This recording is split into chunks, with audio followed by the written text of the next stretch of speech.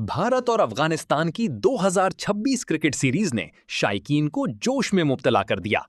क्या अफगानिस्तान एक बार फिर बड़ा अपसेट करेगा या भारत अपनी बरतरी बरकरार रखेगा? एक तरफ आलमी क्रिकेट की ताकतवर भारतीय टीम और दूसरी तरफ नौजवान जज्बे से भरपूर अफगानिस्तान, जो हर बड़े हरीफ को चैलेंज देने की सलाहियत रखती है।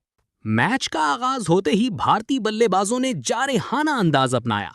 छक्कों और चौकों की बारिश ने स्टेडियम का माहौल गर्म कर दिया। लेकिन अफगानिस्तान के गेंदबाजों ने जबरदस्त कमबैक किया, मुसलसल विकेटें हासिल करके भारतीय टीम पर दबाव बढ़ा दिया। हदफ के ताक़ुब में अफगानिस्तान के बल्लेबाजों ने बेखौफ खेल पेश किया। हर ओवर के साथ मैच मजीद सनसनीखेज होता चला गया। आखिरी लम्हात में एक शानदार कैच और बेहतरीन बॉलिंग ने मैच का रुख बदल दिया और दोनों टीमों के शायकीन की धड़कनें तेज हो गईं। आपके ख्याल में इस सीरीज का सबसे बेहतरीन खिलाड़ी कौन होगा? अपनी राय कमेंट में जरूर बताएं और मजीद क्रिकेट अपडेट्स के लिए हमारे चैनल को सब्सक्राइब करें।